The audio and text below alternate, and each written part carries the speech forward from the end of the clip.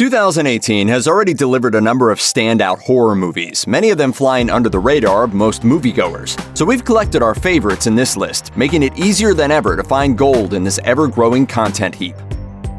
Subtlety and style don't often rule the box office, particularly when it comes to genre fare. The horror landscape has been frequently dominated by in-your-face slashers, squeamish torture marathons, and gritty found-footage outings. It can come as a pleasant surprise, then, when a movie gets enough of a budget for some striking visuals, while remaining quiet enough to leave you with lingering questions and a genuine sense of unease. Alex Garland, an author and screenwriter who made his directorial debut with the 2015 sci-fi sleeper hit Ex Machina, returned in 2018 with Annihilation. Hailed by critics with phrases like heady nightmare fuel, Garland's sophomore effort deftly blends a metaphor-laced space invasion story with creeping dread and uncanny imagery. Though it was a financial disappointment in theaters, word of mouth has only continued to build around Annihilation since its home video release. Its big ideas and its cast of fan-favorite actors ensure that it will continue to be discovered by audiences for years to come.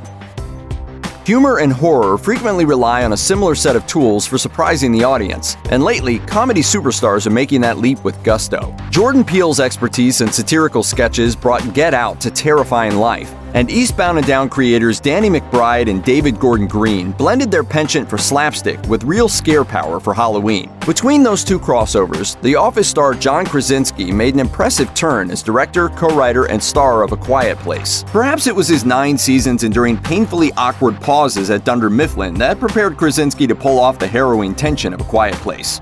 Our prices have never been lower. Son, you have to talk louder. Never been lower. Louder, son! Bud Liquor! Our prices have never been lower! Stop it! The movie captured the attention of audiences and critics when it crept into theaters in April with its clever premise and minimalist presentation that leaves much to the imagination. Its tiny cast is rounded out with a stellar performance by Emily Blunt, newcomer Noah Jupe, and young deaf actress Millicent Simmons, who made sure that the film's portrayal of life for a family with a deaf child remained authentic. Many of the best horror films reflect the cultural tenor of their time, extrapolating new technologies or societal shifts into speculative tales of terror. Even stories that seem conceptually downright silly can tap into frighteningly real anxieties that are on the audience's mind, or will be in the near future. Such is the case with Upgrade, a schlocky bit of body horror that plays on the moral questions surrounding artificial intelligence and billionaire tech entrepreneurs. In the not-too-distant future where computer-assisted body modification is the norm, a mechanic named Gray remains staunchly defensive of his own humanity, refusing to become augmented. That is, until a malfunction by his self-driving car leaves his wife dead and himself wheelchair-bound. Enter tech innovator Aaron Keane, who offers to restore Gray's motor functions with his newest AI chip. As any horror aficionado could guess, this melding of man and machine has some gruesome results. Directed by Lee Wanell of Saw fame and produced by genre juggernaut Blumhouse, Upgrade blends topical concerns with an old-fashioned sense of gritty grindhouse fun. I need your permission to operate independently. Permission granted! Thank you. Surprisingly, receptive critics have also praised its sharp humor and tight plotting.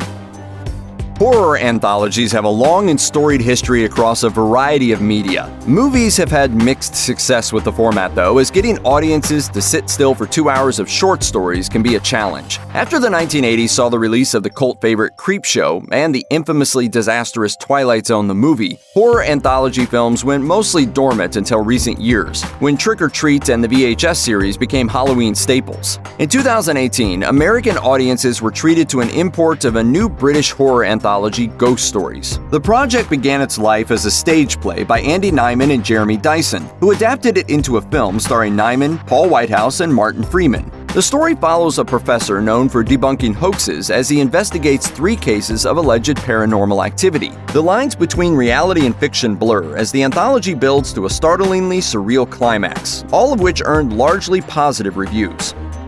Zombies and vampires may have had recent moments in the sun, but werewolves are a monster vein that remains largely untapped in current pop culture. That only adds to the joy in watching as Wildling slowly reveals its supernatural elements while weaving a smart and sympathetic character study. Like most classic tales of lupine transformation, it's a coming-of-age story designed to do for young women of today what Ginger Snaps did in 2000. Ginger.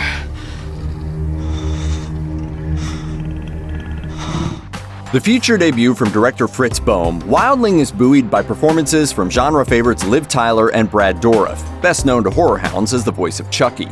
Bel Powley takes the lead as Anna, a teenage girl who's rescued by the local sheriff after growing up under the abusive thumb of a father figure who claimed to be protecting her from man-eating creatures outside.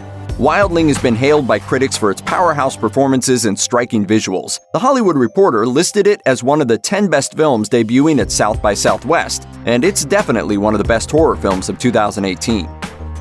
Netflix has spent the last few years ramping up their output of original content, and the results have been mixed, to say the least. Freed from the need to sell tickets and relying largely on word-of-mouth for publicity, the streaming platform's release strategies have created a new arena of risks and surprises. For every pop culture smash like Stranger Things, there's a misguided fizzle like Disjointed. For every big-budget disappointment like Bright, there's a hidden gem like Cargo. With the glut of zombie fare over the past decade, it's understandable that a drama about The Walking Dead might get lost in the shuffle and shamble. Cargo, however, brings some fresh brains to the subgenre with a quiet story about one family's post-outbreak life in rural Australia. Directed by the filmmaking team of Ben Howling and Yolanda Rampke, and anchored by an understated but intense performance by Martin Freeman, Cargo was favorably compared by critics to the works of George A. Romero and John Hillcoat. A24 has established itself as a distributor of movies by up-and-coming filmmakers who are ready to balance nuanced stories with stylish visuals, all on a small budget. Their greatest success to date is probably Barry Jenkins' Best Picture winner Moonlight, but they also secured a place in the hearts of horror fans with The Witch and It Comes at Night. And they continued that hot streak in 2018 with another low-key creepfest, Hereditary. The feature debut from writer-director Ari Aster, Hereditary sets out to unnerve you with a cornucopia of disturbing omens, bizarre visuals, and surreal nightmare logic. Critics immediately got behind it in a big way, heaping particular praise on the lead performance by Toni Collette. Interestingly, Hereditary seems to have caused a polarizing split between critics and audiences, as evidenced by the wide gap between its critic and audience scores at Rotten Tomatoes. Regardless, it's been a smashing success at the box office, having already made back its budget several times over. Everyone who buys a ticket to a Nicolas Cage vehicle knows to expect something bonkers. Even that won't prepare you for Mandy, a surreal experience in sound, color, and vengeance. The entire cast turned in mesmerizing performances in this second film from director Panos Cosmatos. Set in the early 1980s, Mandy is the story of a man taking violent revenge against a religious cult, and the supernatural forces allied with them. But recounting the plot of Mandy doesn't really tell you anything about why it works. On paper, it's a fairly cliched revenge story, but Cosmatos' style elevates the movie to a mythic, hypnotic level. The movie builds to a fevered climax, immersing us in its hero's heavy metal and fantasy novel-inspired worldview. Really, nothing we could say here would explain why critics loved Mandy. You're just gonna have to experience it for yourself.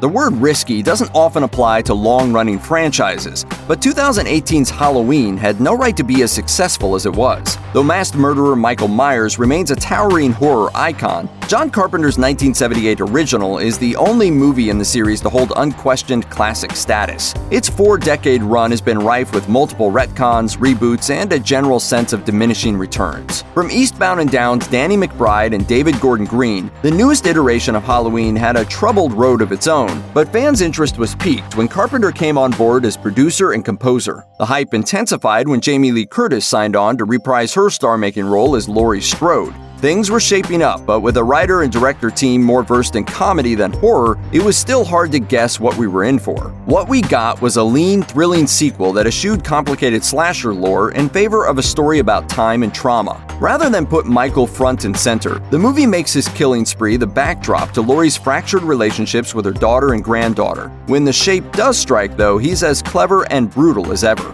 Audiences and critics got behind the revival in a big way, proving that this Halloween was at last a worthy successor to its legendary namesake. With J.J. Abrams' Bad Robot production company behind it, audiences could be forgiven for suspecting that Overlord might turn out to be a stealth Cloverfield movie. Even when Abrams denied the connection during the film's production, it still seemed like yet another bit of deception. It wasn't, though. Overlord isn't a Cloverfield movie. No, really.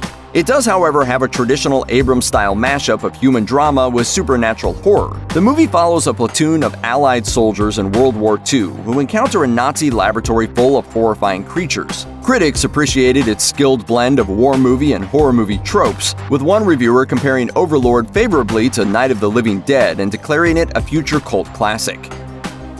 Horror remakes don't often achieve prestige status, but that certainly happened in 2018 with Suspiria. Call Me By Your Name director Luca Guadagnino completely reimagined Dario Argento's 1977 cult favorite, twisting its bones into a deep meditation on themes like identity, manipulation, loss, and rebellion. It even threads the very idea of being a remake into its own story, as dance student Susie is slowly and irreversibly changed by her efforts to follow in the footsteps of her enigmatic instructor, Madame Blanc.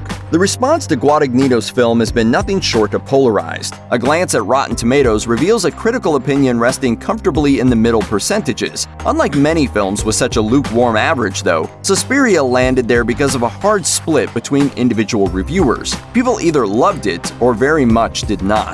A discerning crowd at Cannes Film Festival gave its premiere a rousing ovation, but there's no shortage of critics quite literally calling it garbage. Suspiria may well be either a horror fan's favorite or least favorite film of 2018, but the passionate reaction it's inspired certainly suggests it won't be forgotten anytime soon.